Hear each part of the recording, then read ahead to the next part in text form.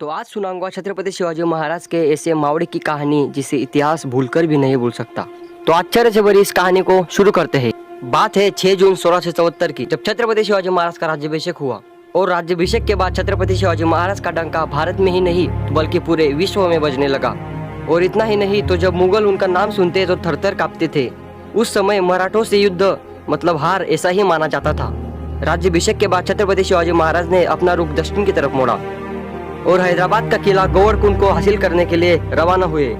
उस समय शिवाजी महाराज के नाम का दबदबा इतना था कि कोई उनका नाम सुन के ही थरथर कांपता था। इसी कारण से दक्षिण राज्य के शासक कुतुब शाह ने उनसे सलाह कर ली, क्योंकि मराठों से युद्ध करके जीतना असंभव था।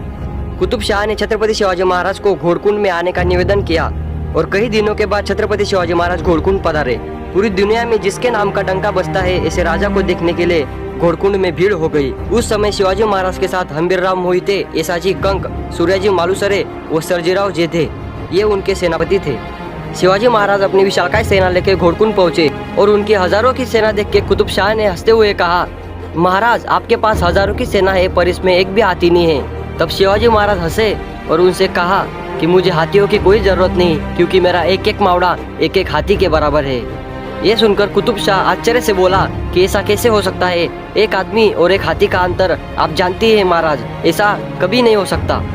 इस पर छत्रपति शिवाजी महाराज अपने मावड़े के पास देखते हैं और कहते हैं कि ये सभी मेरे मावड़े, इनमें से कोई भी एक को तुम चुनो और अपने विशालकाय हाथी को बुलाओ और इनका युद्ध करो, फिर तुम्हें पता चल जाएगा कि मेरे मावड़े क्या है।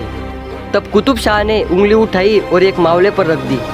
दिखने को सीधा साधा, शरीर से भक्कम, चेहरा गरमाई से तप्त, शरीर में कुर्ती, पीठ पर ढाल, कमर पर तलवार, ओठों पे तरबेज मूंछ और मर्दाना चाल, और इतना ही नहीं सह्याद्री का बुलंद हौसला, ऐसा मर्द मराठा येसाजी कंक। कुतुब शाह बोला कि ये लड़ पाएगा मेरे हाथी से। शिवाजी महाराज ने अपने मावड़े येसाजी कंक के पास देखा। तब येसाजी कंक ने कहा, महाराज निश्चित रहिए, जीत हमारी ही होगी। युद्ध का दिन चुना गया। हाथी और येसाजी कंक का युद्ध होने वाला था।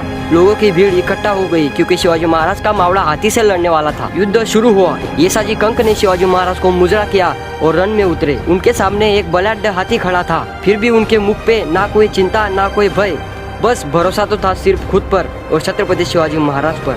थोड़ी देर बाद हाथी की चेन खोली गई और हाथी गुस्से से येसाजी कंक पर टूट पड़ा। हाथी भागते भागते येसाजी कंक की तरफ आया तो येसाजी बाई तरफ मुड़े और चकमा दिया। हाथी गुस्से से फिर पलट के वापस आया और दाई तरफ मुड़ते ही हाथी फिर से चकमा खा गया। ऐसे 1-2 घंटे चलता रहा। लोग धड़कन थमाए बैठे थे क्योंकि एक मर्द मावड़ा हाथी को पछाड़ रहा था। ऐसे ही करते करते थोड़ी देर बाद हाथी ने येसाजी कंक को अपने सूंड में पकड़ लिया और जकड़ लिया। तब बड़ी ही फुर्ती से येसाजी कंक ने खिंचाव के साथ खुद को छुड़ा लिया और तलवार हाथी के सूंड पे दे मारी। तलवार इतनी जोर से लगी कि हाथी की सूंड नीचे गिर गई और हाथी तहस नहस हो गया। हाथी दुम दबा के भागने लगा। ये देख के लोग आश्चर्यचकित हो गए। छत्रपति शिवाजी महाराज की जय, येसाजी कंक अमर रहे, ऐसे नारे लगने लगे।